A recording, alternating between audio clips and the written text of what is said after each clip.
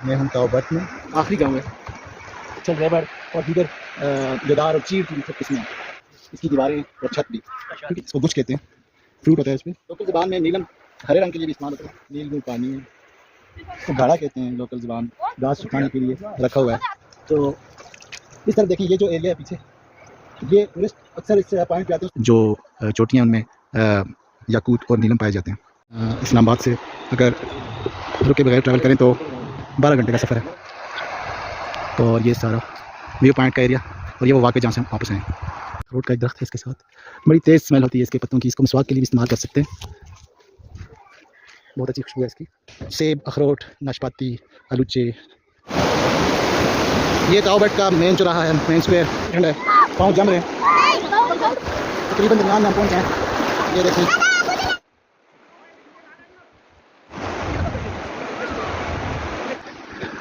यहाँ से आगे जो रफ सी सड़क थी वो भी ख़त्म हो जाती है, बिल्कुल फ्लैट जगह नालों के साथ। तो ये एंड पर ये कोई लकड़ियों का ट्रांसपोर्ट का सिस्टम है। दूसरी तरफ पहुँचने वाले हैं हम।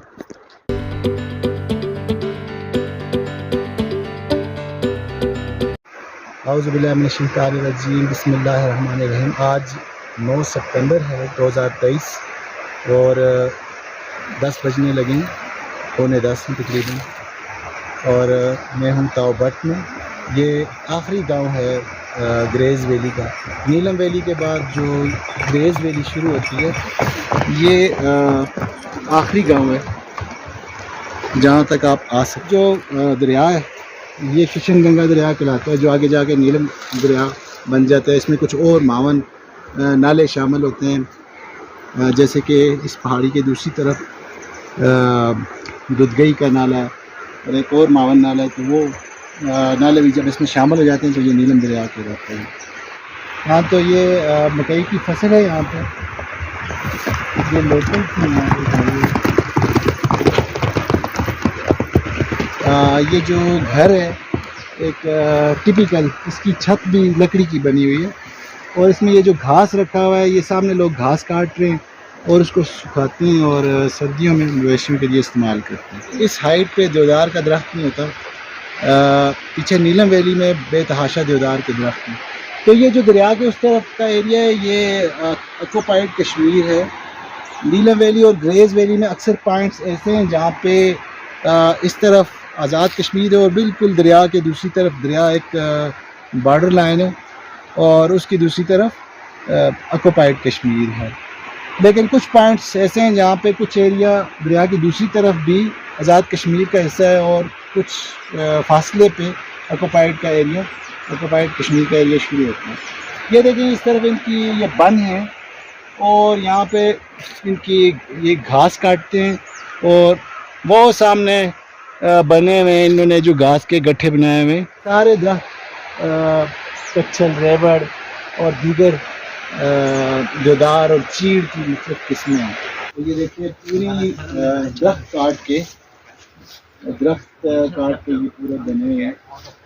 इसकी दीवारें और छत भी, क्योंकि ये बर्फ़ानी इलाका है, यहाँ पे ये छतें लाई जाती हैं ताकि बर्फ़ स्लिप होकर नीचे गिर सके। ये यहाँ पे देखें, टोटली जंगली, इसको गुछ कहते हैं, फ्रूट होता है इस पर। और ये जो है पीछे अखरोट का दरख्त है, अभी ये बिल्कुल ही यानी छोटा है, तो थोड़ा बड़ा होता है, इस पर अखरोट लगते हैं। अब देखेंगे जो दरिया है, ये दरिया का पानी कितना नीलगुम है, इसीलिए इसको नीलम कहते हैं। लोकल ज़बान में नीलम हरे रंग के लिए भी इस्तेमाल होता है, इसलिए इसको नीलम भी कहा जाता है। नीलगुल पानी है। ये घास तो गाढ़ा कहते हैं लोकल ज़बान में गालबन। और ये ऊपर भी जो है ना, ये घास सुखाने के लिए रखा हुआ है और बहुत ही खूबसूरत। लेकिन ये सारा एरिया इन दरख्तों के पीछे छुपा हुआ है, काफ़ी फ्लैट एरिया, खूबसूरत एरिया। पहले कुछ ज़्यादा था।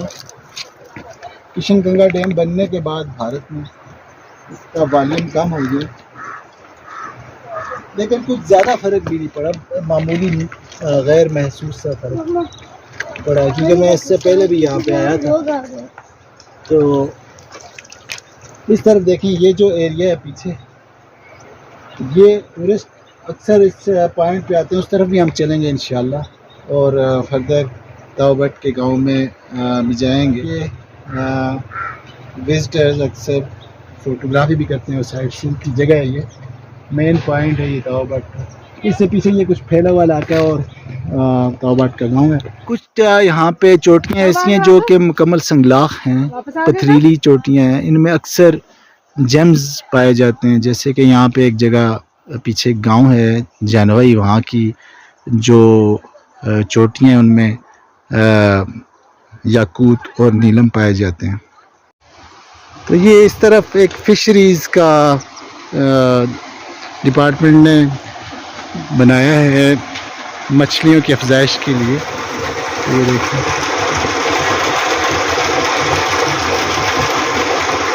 पीछे भी एक और बाकी इनके ऑफिसेज हैं और ये कुछ टूरिस्ट आ रहे हैं।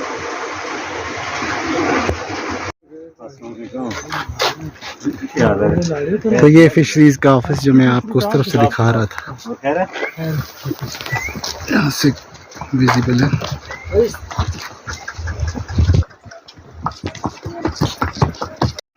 तो जैसे कि मैं आपको पीछे दिखा रहा था कि ये सामने वो पॉइंट है जहाँ पे अक्सर टूरिस्ट आते हैं, और ये सामने का जो एरिया है काफ़ी वसी एरिया इन दरख्तों के पीछे है। बड़ा खूबसूरत, बड़ी खूबसूरत लोकेशन है। देखिए इस तरह के लकड़ी के घर हैं यहाँ पे। तो ये वो जगह है जहाँ पे मैक्सिमम टूरिस्ट आते हैं और व्यू पॉइंट है किशन गंगा या नीलम दरिया का। और इस तरफ मेन गांव है, उधर भी चलते हैं अभी। ये हम व्यू पॉइंट पे आ गए।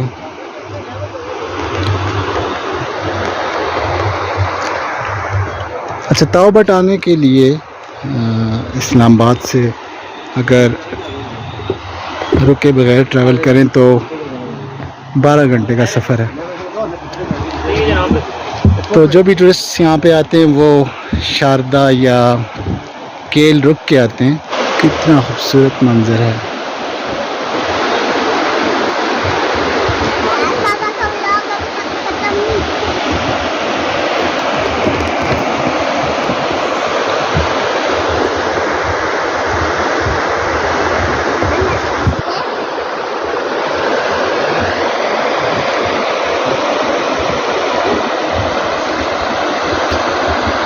ऊपर ये जो पोस्ट बनी हुई ये आर्मी की हैं, आर्मी एरिया ये जहाँ पे पोल्स लगे हैं।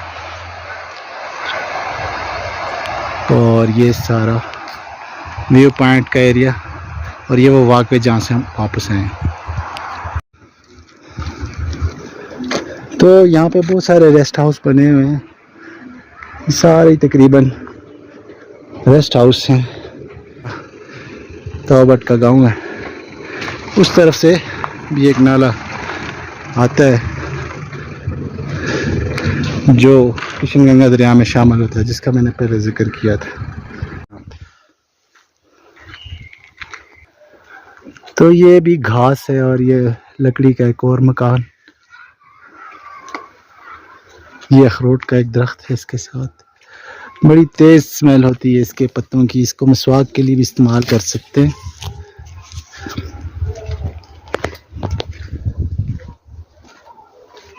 ये गालबन सफ़ेदे का ही कोई किस्म है। सेब, अखरोट, नाशपाती, आलूचे और इस तरह के दीगर कई फ्रूट यहाँ पे पाए जाते हैं। ये एक स्कूल है यहाँ पे।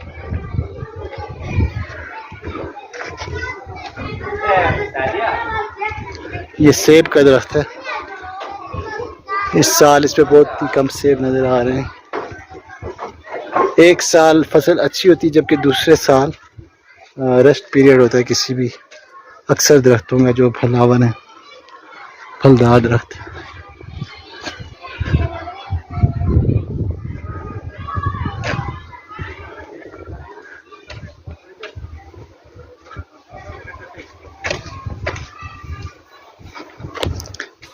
जो नीलम में शामिल होता है उसके ऊपर ये पुल है, और ये मावन नाले शामिल होते होते ही दरियाए नीलम अपनी असल जोबन पे आता है, असल शक्ल अख्तियार करता है। और इस पे 969 मेगावाट का एक प्रोजेक्ट जिसको नीलम जेलम हाइड्रो प्रोजेक्ट का नाम दिया गया है। देखिए ये नाम है।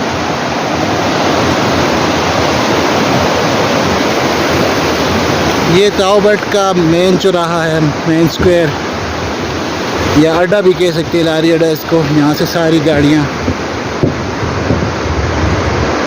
अवेलेबल होती हैं मुख्तलिफ डेस्टिनेशंस के लिए, तो सारे टूरिस्ट आके यहाँ पे उतरते हैं। और यहाँ पे गाड़ियों को खुद ही धो भी सकते हैं। इस जगह पे अक्सर गाड़ियों को धोया जाता है क्योंकि लंबे सफ़र के बाद डस्टी होगी।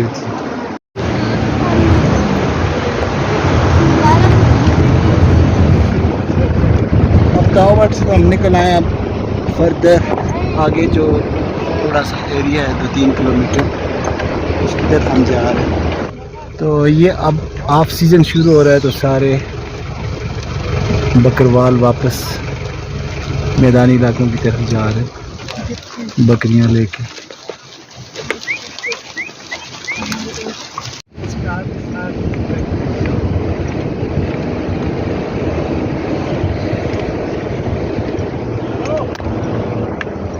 पीछे आर्मी एरिया है जहाँ से आगे गाड़ी नहीं लाने देते हैं, और यहाँ से आगे सिर्फ 1 किलोमीटर है, फिर हाइकिंग शुरू हो जाती है। मुख्तलिफ पहाड़ों पे आप जा सकते हैं।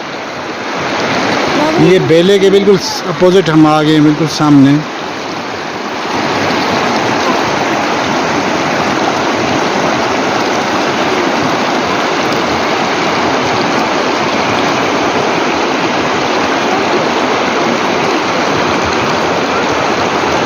बहुत ही अनटच और नेचुरल एरिया है ये। एडवेंचर के लिए तैयार हैं और हम ये यहाँ से क्रॉस करेंगे, और काफ़ी मुश्किल टास्क लग रहा है, लेकिन देखते हैं कैसे होगा।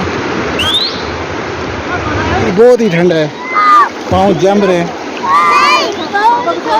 बाबा को छोड़ दो।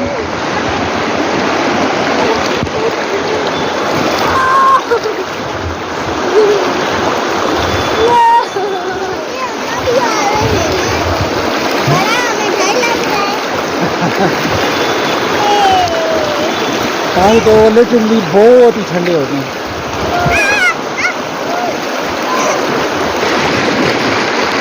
तो तकरीबन दरमियान में हम पहुंच जाएं।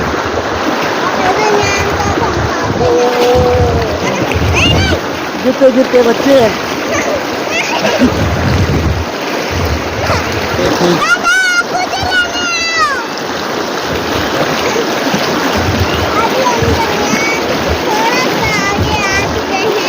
पाँव मेरे शल हो गए, और हम किनारे पे पहुंच गए हैं।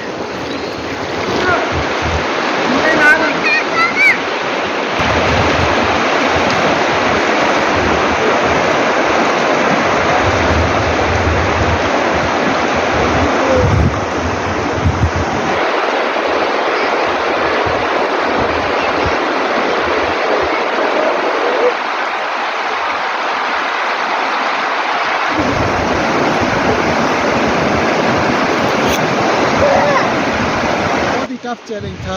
3 दफ़ा मैंने ये नाला जो दरिया पार किया और पाँव मेरे सुन हो गए। अब हम बिल्कुल सड़क के अख्ताम की तरफ जा रहे हैं, जहाँ पे ये 2 नाले, गगई का नाला दुधगई नाले में आके शामिल होता है, वहाँ तक जाएंगे। वहाँ पे सड़क भी ख़त्म हो जाएगी।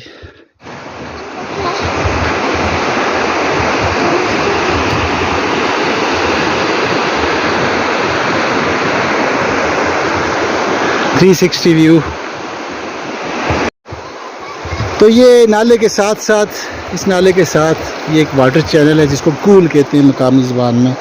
तो इससे आगे छोटे छोटे पावर हाउस या आटा पीसने की मशीनें लगी होती हैं जो इसके भाव से चलती हैं, उनको जंदर कहते हैं। फ्लोर मिल्स छोटी छोटी, और मकई पीसी जाती है, क्योंकि यहाँ पे गंदम तो होती नहीं है। इधर से मुझे क्रॉस करनी पड़ेगी क्योंकि बिल्कुल ही रास्ता नहीं है यहाँ से आगे। मैं छलांग लगाता हूँ दूसरी तरफ, या अल्लाह आ गया।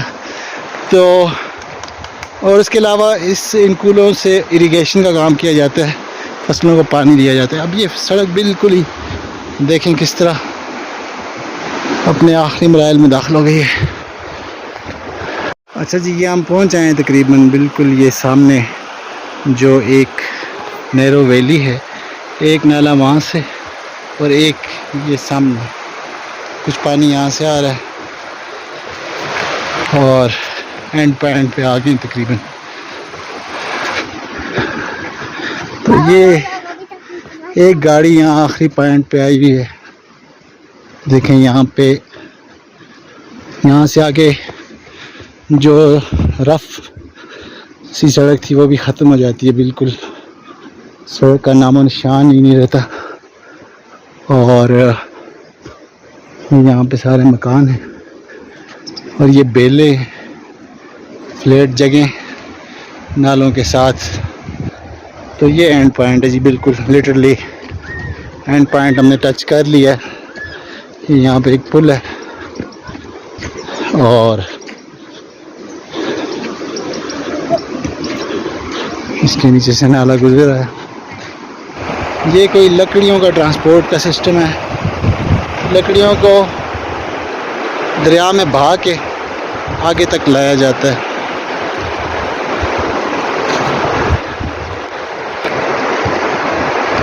तो इस घर तक हम जाएंगे, वहाँ से हम इंशाल्लाह वापस हो जाएंगे ताकि बिल्कुल ही जो आखिरी पॉइंट्स हैं वो भी टच हो जाए। ये घर बने हुए हैं यहाँ पे, ये 45 एंगल पे छतें बनी हुई हैं इनकी, क्योंकि बर्फ़ पड़ती है। लकड़ी की छत है मुकम्मल इस घर की, देखें। और दीवारें और खिड़कियाँ सब कुछ लकड़ी का बना हुआ है।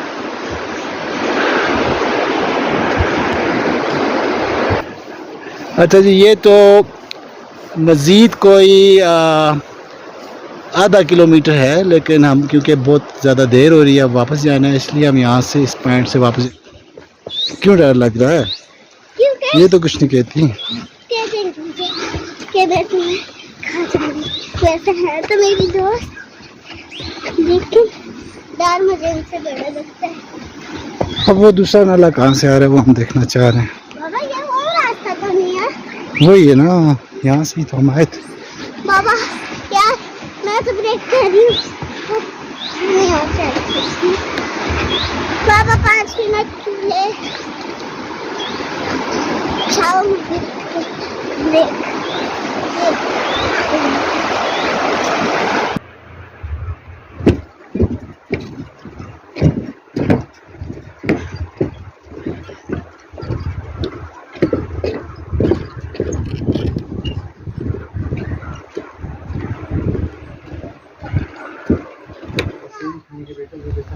क्योंकि ये एक नैरो वैली है, इसमें पहाड़ों के दरमियान खुली जगह बहुत कम है। ये जगह जो है इसमें काफ़ी खुली जगह खूबसूरती है ताऊ बट की।